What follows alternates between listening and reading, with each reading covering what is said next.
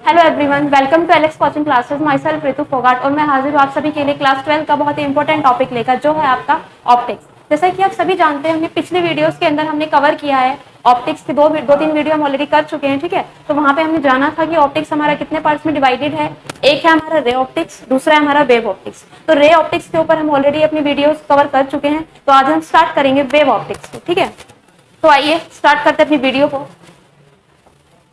Wave optics में हम सबसे पहले जो चीज पढ़ते हैं वो है हमारी न्यूटन्स कॉर्पस्कुलर थ्योरी।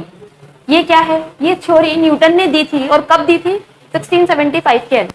ठीक है, अब ये थ्योरी कहती क्या है, इसमें न्यूटन ने क्या कहा था हमको? देखिए, according to Newton's corpuscular theory of light, light is compose of very tiny elastic and rigid particles called corpuscles. आपको क्या कह रहे हैं यहाँ पे कि न्यूटन की थ्योरी के अकॉर्डिंग जो हमारा लाइट है, क्या कह रहा है आपको कि जो हमारा लाइट है वो किस चीज से बना हुआ होता है? इस compose of very tiny elastic rigid particles, जिसको हम क्या कहते हैं? कॉर्पसेल्स कहते हैं। कि जो हमारी लाइट है वो किससे बनी होती है? बहुत ही छोटे छोटे पार्टिकल्स से बनी हुई होती है। ठीक है, और वो पार्टिकल्स बहुत ही ज्यादा रिजिड होते हैं। मीन्स रिजिड का मतलब क्या होता है? हार्ड। ठीक, या आप कह सकते हो कि सॉलिड। तो ऐसे पार्टिकल से हमारी, और उसकी प्रॉपर्टी क्या होती है? इलास्टिक होती है, इलास्टिक पार्टिकल से बनी हुई होती है। तो उसको हम क्या कहते हैं? कॉर्पसेल्स कहते हैं। ठीक है, उन पार्टिकल्स को क्या कहा गया है यहाँ पे? कॉर्पसेल्स। उसके बाद when this corpuscles enters into our eye, जब ये कॉर्पसेल्स मतलब ये जो लाइट के जो पार्टिकल्स है जिनको हम कॉर्पसेल्स बोल रहे हैं, जब ये हमारी आंखों के अंदर एंटर करती है तो ये हमें क्या देती है? सेंसेशन देती है ऑब्जेक्ट को देखने का। ठीक है, तो ये पॉइंट जो था वो किसने दिया था? सबसे पहले न्यूटन ने दिया था। और इसने क्या बोला? लाइट के पार्टिकल्स को, जो टाइनी और जो रिजिड और जो इलास्टिक पार्टिकल्स है लाइट के, उसने इसको नाम क्या दिया? कॉर्पसेल्स। इसीलिए इस थ्योरी को क्या कहा जाता है? Newton corpuscular theory. ठीक है, इसके कुछ और भी पॉइंट है जो न्यूटन ने यहाँ पे दिए थे। इसने बोला कि जो कॉर्पसेल्स होते हैं travel in a straight line. देखो, क्योंकि ये लाइट के पार्टिकल्स होते हैं और हम जानते हैं कि जो हमारी लाइट है वो हमेशा क्या करती है? स्ट्रेट पाथ को फॉलो करती है। तो यहाँ भी वही चीज इसने हमको बताई कि जो हमारे कॉर्पसेल्स है, यानी कि जो लाइट के टीनी पार्टिकल्स है वो क्या होते हैं? हमेशा स्ट्रेट लाइन के अंदर ट्रेवल करते हैं। ठीक है, and have different speed in different medium. और इन पार्टिकल्स की जो स्पीड होती है वो अलग अलग मीडियम में अलग अलग होती है। अगर आप वाटर में जाएंगे तो इनकी स्पीड कुछ होगी, अगर आप वैक्यूम में जाएंगे तो इनकी स्पीड कुछ होगी। ऐसा किसका कहना था? ऐसा न्यूटन का कहना था। ठीक है, according to the Newton, speed of light in denser medium is greater. Newton के अकॉर्डिंग जो लाइट की स्पीड है वो डेंसर मीडियम के अंदर क्या होती है? ज्यादा होती है in comparison to rare medium. जो हमारा डेंसर मीडियम है, फॉर एग्जाम्पल अगर हम एग्जाम्पल लें, हम दो मीडियम लेते हैं। एक हो गया हमारा वाटर और जो दूसरा वो हो गया हमारा एयर। यहाँ पे वाटर एक लिक्विड है, तो ये क्या है? एक तरीके से डेंसर मीडियम है। और यहाँ पे हमारा जो एयर है ये कैसा है? ये वाटर हमारा है लिक्विड।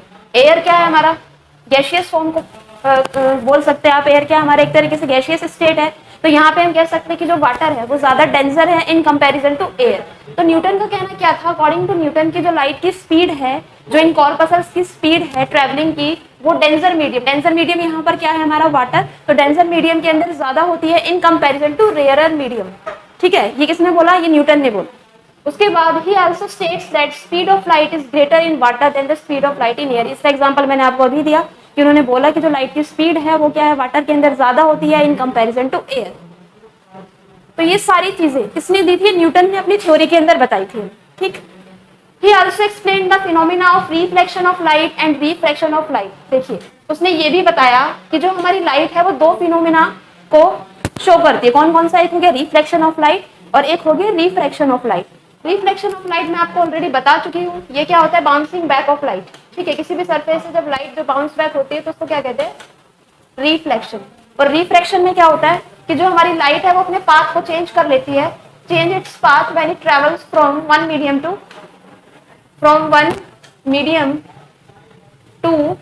Another medium. ठीक है, तो ये हो गया हमारा रिफ्रैक्शन। तो यहाँ पे न्यूटन ने अपनी थ्योरी में हमको ये बोला, उसने दो फिनोमिना जो कि लाइट से जुड़े हुए थे, कौन कौन सा? एक रिफ्लेक्शन और रिफ्रैक्शन।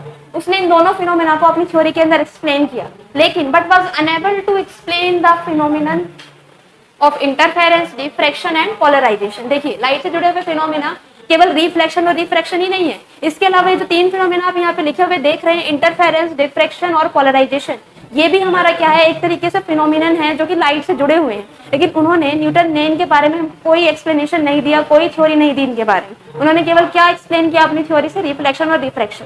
ठीक है। उसके बाद डिफरेंट कलर ऑफ, उसके बाद देखिए जो नेक्स्ट पॉइंट हमारा न्यूटन ने दिया वो दिया कि different colour of light have different shapes and size of corpuscles. उन्होंने क्या बोला कि जो लाइट है, लाइट के जो डिफरेंट डिफरेंट कलर होते हैं, जैसे कि रेड हो गया, येलो हो गया, वायलेट हो गया, ग्रीन हो गया, तो उन्होंने कहा कि जो डिफरेंट कलर ऑफ लाइट है हैव डिफरेंट शेप। हर एक लाइट का जो शेप है, ठीक है, वो क्या होगा, अलग होगा, साइज अलग होगा, किसका, कॉर्पसेल्स का। हर एक लाइट के अपने अलग कॉर्पसेल्स होते हैं, ठीक है, वो डिपेंड करता है उनके साइज के ऊपर, उनका साइज कैसा है, और हर एक कॉर्पसेल्स का डिफरेंट लाइट के लिए डिफरेंट साइज होता है और डिफरेंट क्या होता है, उसका शेप होता है। ठीक है, तो ये कह लो डिफरेंट शेप होता है, डिफरेंट साइज होता है, किसके लिए, अलग अलग लाइट के लिए अलग अलग कॉर्पसेल्स का डिफरेंट साइज और डिफरेंट शेप होता है।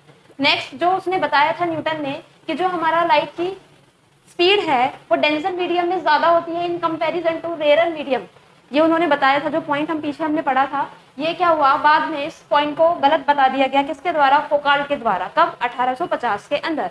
1850 के अंदर जो न्यूटन ने जो पॉइंट दिया था हमें कि जो स्पीड ऑफ लाइट है वो ग्रेटर होती है डेंसर मीडियम के अंदर in comparison to rare medium, वो गलत बता दिया गया। कौन सी थ्योरी के द्वारा, फोकाल्ट ने एक थ्योरी दी थी, उस थ्योरी के द्वारा इसको रॉन्ग बता दिया। ठीक है, नेक्स्ट आते हैं, यहाँ से हमारा वेव ऑप्टिक्स मेनली जो है वो यहाँ से स्टार्ट हो रहा है। जो सबसे पहला प्रिंसिपल हम वेव ऑप्टिक्स के अंदर पढ़ने वाले हैं वो है हमारा हाइजेंस प्रिंसिपल। देखिए हाइजेंस प्रिंसिपल से डायरेक्ट क्वेश्चन आते हैं, इसको डिफाइन करने के लिए आ जाता है कि हाइजेंस प्रिंसिपल से आप क्या समझते हैं, स्टेट हाइजेंस प्रिंसिपल करके ऐसे क्वेश्चन आ जाता है। तो बहुत ही इंपॉर्टेंट टॉपिक है एग्जाम पॉइंट ऑफ व्यू से। तो हाइजेंस प्रिंसिपल क्या है, इसको पढ़ने से पहले हम क्या करेंगे, कुछ टर्म्स हैं उनको जानेंगे, क्योंकि अगर वो टर्म्स हमको नहीं पता होंगे तो हम हाइजेंस प्रिंसिपल को नहीं बता पाएंगे। ठीक है, तो जो पहला टर्म है हाइजेंस प्रिंसिपल को पढ़ने से पहले जो हम पढ़ेंगे वो है हमारा वेव फ्रंट। ये वेव फ्रंट क्या है यहाँ पे, A wave front is an imaginary surface representing corresponding points of a wave that vibrate in unison। अब इसका क्या मतलब है कि जो हमारा वेव फ्रंट है एक तरीके से क्या है, एक इमेजिनरी सरफेस है। क्या है, एक इमेजिनरी सरफेस है, और जिसके अंदर जो हमारे पार्टिकल्स है, चाहे वो किसी भी मीडियम के अंदर हो, जो पार्टिकल्स है हमारे जो कि उस सरफेस के ऊपर लाई कर रहे हैं वो एक ही फेस में वाइब्रेट करेंगे। यूनिसन का मतलब यहाँ पे आपको ये बताना चाह रहे हैं, फॉर एग्जाम्पल यहाँ पे हमारा कोई सोर्स ऑफ डिस्टर्बेंस नहीं, ठीक है, अगर हम किसी पत्थर को फेंकते हैं पूल के अंदर, ठीक है, पूल ऑफ वाटर, तो वहां पे क्या होता है कि वहां पे एक डिस्टर्बेंस क्रिएट होती है, वेव्स बनती है, तो हम देखते हैं ऐसे सर्कल्स फॉर्म हो जाते हैं, ठीक है, ऐसे करके। तो हम कह सकते हैं कि ये जो हमारा एक सरफेस जो ये फॉर्म हुआ है, जो कि क्या है हमारा सोर्स ऑफ डिस्टर्बेंस, जहां हमने पत्थर को फेंका वहां से इक्वल डिस्टेंस पे है। हर एक पॉइंट पे आप अगर चेक करोगे तो हर एक पॉइंट से ऐसे इक्वल डिस्टेंस पे है। ठीक है, तो ये जो एक सरफेस बना है, ये सरफेस, इस सरफेस के ऊपर जितने भी पार्टिकल्स प्रेजेंट है वो सब के सब क्या करेंगे, एक ही फेस के अंदर वाइब्रेट करेंगे। फॉर एग्जाम्पल एक पार्टिकल यहाँ पे है, एक पार्टिकल यहाँ पर है, एक पार्टिकल यहाँ पर है, तो ऐसे पार्टिकल्स इस सरफेस के ऊपर लाई करेंगे और वो सारे के सारे क्या होंगे, सोर्स ऑफ डिस्टर्बेंस। ये सोर्स ऑफ डिस्टर्बेंस तो यहाँ से इक्वल डिस्टेंस पर रखे होंगे, प्लस ये सारे के सारे जो पार्टिकल्स आप देख रहे हैं जो सरफेस के ऊपर लाई कर रहे हैं वो एक ही फेस में वाइब्रेट करेंगे। ठीक है, तो इसको क्या कहा जाता है, वेव फ्रंट। ठीक है,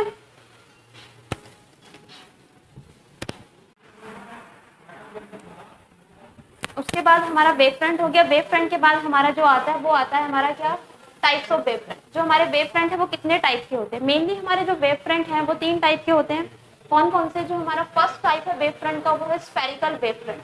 अब यहाँ पे स्फेरिकल वेव फ्रंट क्या होता है, जैसे कि आपको नाम से ही पता चल रहा है स्फेरिकल, मतलब यहाँ पे जो हमारा वेव फ्रंट होगा वो किस फॉर्म में होगा, इन द फॉर्म ऑफ स्फेयर। देखिए कैसे होते हैं, जैसे स्फेयर का पार्ट होता है, ये कह लो सर्कल का जो पार्ट होता है, उस टाइप से यहाँ पे हमारा कोई वेव फ्रंट क्रिएट होगा। अब देखते हैं कैसे होगा।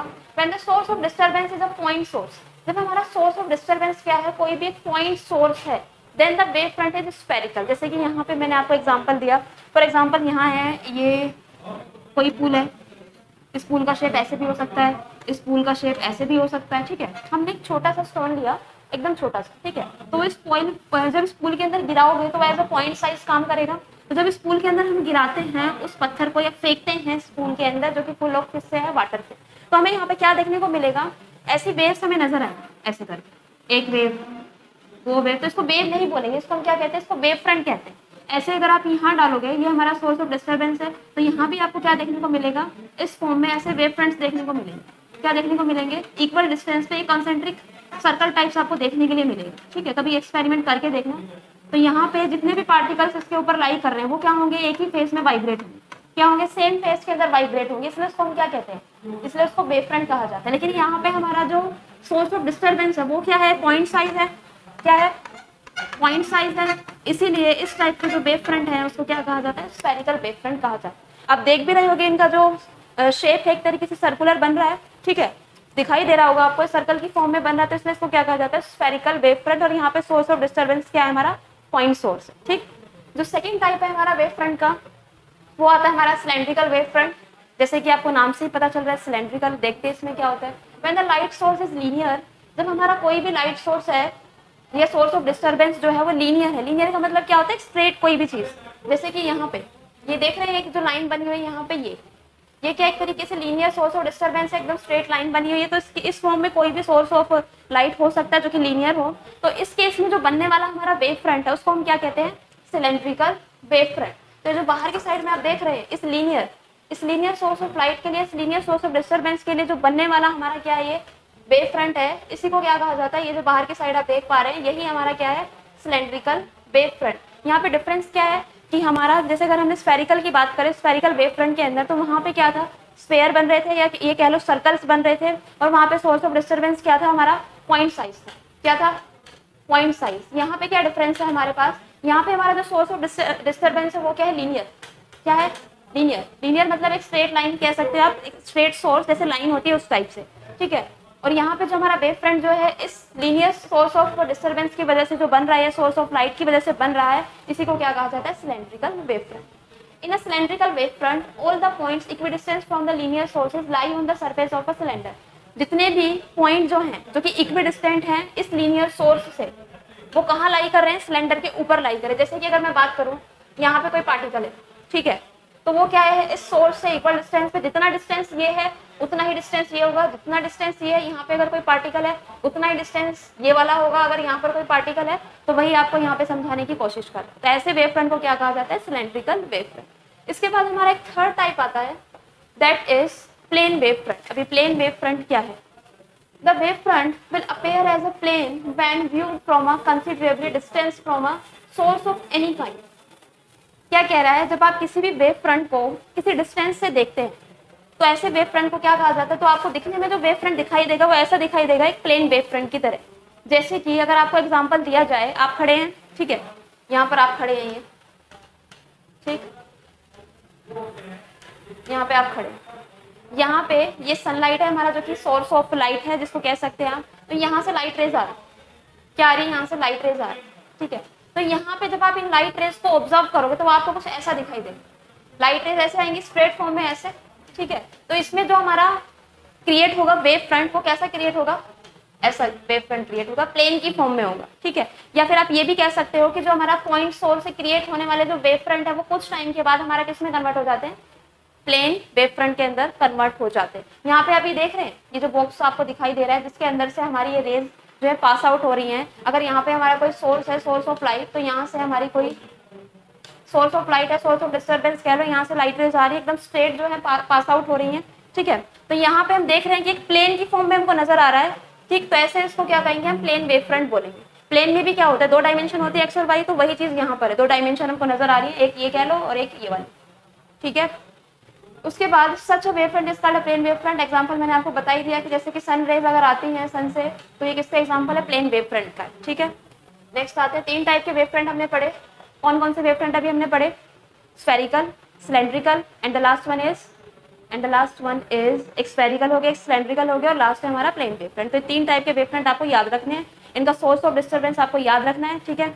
उसके बाद आता है हमारा हाइजेंस प्रिंसिपल। अभी हाइजेंस प्रिंसिपल क्या है, देखिए, Huygens principle gives the geometrical details of travelling of a wave. ये हमको ये बताता है कि जो वेव है वो किस तरीके से आगे की तरफ ट्रैवल करती है। हम जानते हैं कि जो लाइट है हमारी एक ईएम वेव होती है, मतलब वो वेव की तरह भी बिहेव करती है और एज अ पार्टिकल भी वो बिहेव करती है। तो यहाँ पर हम ये जानेंगे, हाइजेंस ने हमें ये बताया कि जो हमारी लाइट है, डिटेल में उसने ये बताया कि वो एज अ वेव कैसे आगे की तरफ ट्रैवल करती है, ठीक। इट स्टेट्स दैट, इसने क्या बोला हमको, every point on a wave front is in itself the source of spherical wavelet. क्या बोला इसने, अगर मेरे पास कोई भी एक वेव फ्रंट एज्यूम करते हैं, मेरे पास ये एक वेव फ्रंट है, मैंने मान लिया, ठीक है। अगर मैं इसको कंप्लीट करूँ तो ये हमारा बन जाएगा स्फेरिकल वेव फ्रंट, ठीक है। अगर मैं इसको हाफ रखूँ ऐसे इस तरीके से, तो मैं मान के चलती हूँ मैंने इसका हाफ पोर्शन लिया है यहाँ पे, तो ये मेरा क्या हो गया, एक तरीके से वेव फ्रंट। तो क्या कह रहा है, every point on a wave front is in itself the source of spherical wavelet. क्या बोल रहा है, जो भी पॉइंट इसके ऊपर लाई कर रहे हैं, ये पॉइंट अगर इसके ऊपर लाई कर रहे हैं इस वेव फ्रंट के ऊपर, तो ये जो पॉइंट है ये क्या है, किस चीज का सोर्स है, सोर्स ऑफ स्फेरिकल वेवलेट। इनसे क्या जनरेट होगा, एक तरीके से ऐसा करके स्फेरिकल वेवलेट जनरेट होगा, ऐसे स्फेयर की फॉर्म, ठीक है, ऐसे स्फेयर की फॉर्म। जितने भी पॉइंट हमारे इस वेव फ्रंट के ऊपर लाई कर रहे हैं उससे हमारा क्या जनरेट होगा, एक सेकेंडरी वेवलेट, ये कह लो स्फेरिकल वेवलेट जनरेट होगा, ऐसे, ठीक। उसके बाद which spread out in the forward direction, और ये जो जनरेट होगा ये हमेशा फॉरवर्ड डायरेक्शन में होगा, आगे की तरफ होगा, पीछे की तरफ नहीं जाएगा। अगर सोर्स ऑफ डिस्टर्बेंस इधर है तो ये आगे की तरफ ऐसे फॉरवर्ड फॉरवर्ड होता जाएगा, बैकवर्ड की तरफ नहीं जाएगा, ठीक। Spread out in the forward direction at the speed of light, किस स्पीड से आगे की तरफ मूव करेगा, जो लाइट की हमारी स्पीड होती है, क्योंकि ये भी तो एक तरीके से लाइट से क्रिएट हुआ है, ठीक है। The sum of the spherical wavelet forms the wavefront, और इन सभी स्फेरिकल वेवलेट का जो सम है वही हमारा क्या बनाता है, वेवफ्रंट। अब ये सारे अगर आप वेवलेट को ऐड करोगे तो इसी से तो हमारा वेवफ्रंट जनरेट हो रहा है। फिर ये क्या करेंगे, इसके ऊपर जितने भी पार्टिकल्स हैं ये फिर से स्फेरिकल क्या बनाएंगे, वेवलेट बनाएंगे। जितने भी पार्टिकल इनके ऊपर लाई कर रहे हैं वो फिर से स्फेरिकल वेवलेट बनाएंगे, और इस तरीके से ये आगे की तरफ मूव करता रहेगा, या जो हमारी वेव है वो आगे की तरफ मूव करती रहेगी, ठीक है। उसके बाद नेक्स्ट इसने हमको क्या बताया, देखते हैं अभी। नेक्स्ट इसने हमको क्या बोला, However, this theory did not explain why refraction occurred in the first place. इस थ्योरी ने हमको ये नहीं बोला, क्या नहीं बताया इसने, रिफ्रैक्शन के बारे में हमको कोई जानकारी नहीं दी कि जो हमारी फर्स्ट पोजीशन है वहां पर रिफ्रैक्शन क्यों हो रहा है। और दूसरा इसने हमें ये भी नहीं बताया, it couldn't explain how light carries energy as it travel. जब लाइट आगे की तरफ बढ़ती हुई जा रही है in the form of wave front, तो वो अपने साथ में क्या कैरी करते हुए जा रही है, एनर्जी को कैरी करते हुए जा रही है। इस हाइजेंस प्रिंसिपल ने हमें ये कुछ नहीं बताया, कोई भी चीज उसने हमें डिटेल में नहीं बताई, ठीक है। लेकिन फिर भी हम इस थ्योरी को एक्सेप्ट करते हैं, ठीक है, हालांकि इसकी कुछ लिमिटेशंस हैं। Huygens principle also known as the Huygens Fresnel principle. Huygens principle का एक दूसरा नाम है, क्या कहते हैं इसको, हाइजेंस फ्रेस्नेल प्रिंसिपल भी इसको कहा जाता है, ठीक है। It highlight the following wave propagation behaviour, और ये क्या बताता है, कुछ और पॉइंट जो है ये एडअप करके बताता है, जो हमने ये पीछे पढ़ा। ये वाला जो पॉइंट है ये इसका मेन स्टेटमेंट है जो हाइजेंस ने दिया था, लेकिन इसी के साथ ही उसने कुछ और पॉइंट भी दिए थे अपने प्रिंसिपल में, उसने ऐड किए थे, उनको भी हम देख लेते हैं क्या क्या बताया था इसने। Secondary sources form wavelets similar to the primary sources. उसने क्या बोला कि जो सेकेंडरी सोर्सेज है, देखिए यहाँ पे आप देख पा रहे हैं ये हमारा एक वेव फ्रंट था, ठीक है, ये हमारा सोर्स ऑफ डिस्टर्बेंस है, एक तरीके से यहाँ से सोर्स ऑफ डिस्टर्बेंस है, यहाँ से हमारा ये क्रिएट क्या हुआ है, एक तरीके से वेव फ्रंट हुआ है।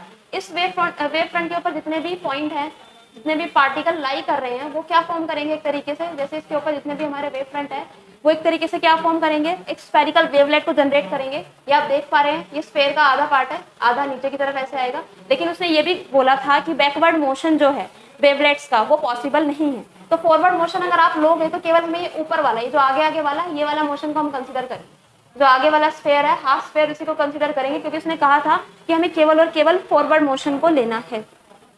इसके थ्रू ये जो आप देख रहे हैं स्फेरिकल वेवलेट के थ्रू हमने क्या किया, यहाँ से सबसे एक टेंजेंट बनाया, इस स्फेयर का एक टेंजेंट बना लिया, इस स्फेयर का एक टेंजेंट बना लिया, इस स्फेयर का एक टेंजेंट बना लिया, पर्टिकुलर एक ही डायरेक्शन में उसको क्या कर दिया, ज्वाइन कर दिया। क्या कर दिया है, ज्वाइन कर दिया। ज्वाइन करने के बाद आप देख पा रहे होंगे, ज्वाइन करने के बाद हमें एक न्यू वेव मिली है, और वो जो न्यू वेव है ये वाली देखिए, यहाँ पे न्यू वेव फ्रंट मिला है, सॉरी वेव नहीं वेव फ्रंट, ये वाला जो आप देख पा रहे हैं फॉरवर्ड मोशन से जो स्फेरिकल वेवलेट हमें मिला था फॉरवर्ड मोशन से, तो हमें उससे क्या मिला, एक और वेव फ्रंट मिल गया जिसको हम क्या कहते हैं, सेकेंडरी वेवलेट कह सकते हैं, सेकेंडरी वेव फ्रंट कह सकते हैं, ठीक है। उसके बाद उसने बोला at any given time the common tangent on the wavelet in the forward direction gives the new wave front. अभी मैंने आपको बताया जो कॉमन टेंजेंट है कि जितने भी आपने स्फेयर बनाए सबका एक जो कॉमन टेंजेंट ये हमने निकाला, यही कॉमन टेंजेंट आपको किसके बारे में बताता है, सेकेंडरी वेवलेट के बारे में इंफॉर्मेशन देता है, ठीक। The wave front is the sum of the spherical wavelet. जो वेव फ्रंट है, जितने भी स्फेरिकल वेव फ्रंट देख रहे हैं आप, ये स्फेरिकल वेव फ्रंट जो हमारा वेवलेट है या वेव फ्रंट है, ये सारे स्फेरिकल वेवलेट का क्या है, एक तरीके से सम है। ये जो वेव फ्रंट बना है ये किसकी हेल्प से बना है, स्फेरिकल वेवलेट की हेल्प से ही तो बना है। तो इसलिए आपको कह रहा है कि जो हमारा वेव फ्रंट है वो क्या है, स्फेरिकल वेवलेट का एक तरीके से सम, उसको एड अप करके तो हमारा वेव फ्रंट जनरेट हो रहा है यहाँ पे, ठीक है। उसके बाद आइए नेक्स्ट देखिए, आज हमने क्या किया, केवल हाइजेंस प्रिंसिपल के बारे में डिस्कशन किया, और क्या किया हमने, न्यूटन्स की जो कॉर्पस्कुलर थ्योरी थी उसके बारे में हमने कुछ पॉइंट आपको बताए हैं, ठीक है। तो आज की वीडियो में हम इतना ही रखेंगे। Thanks for watching.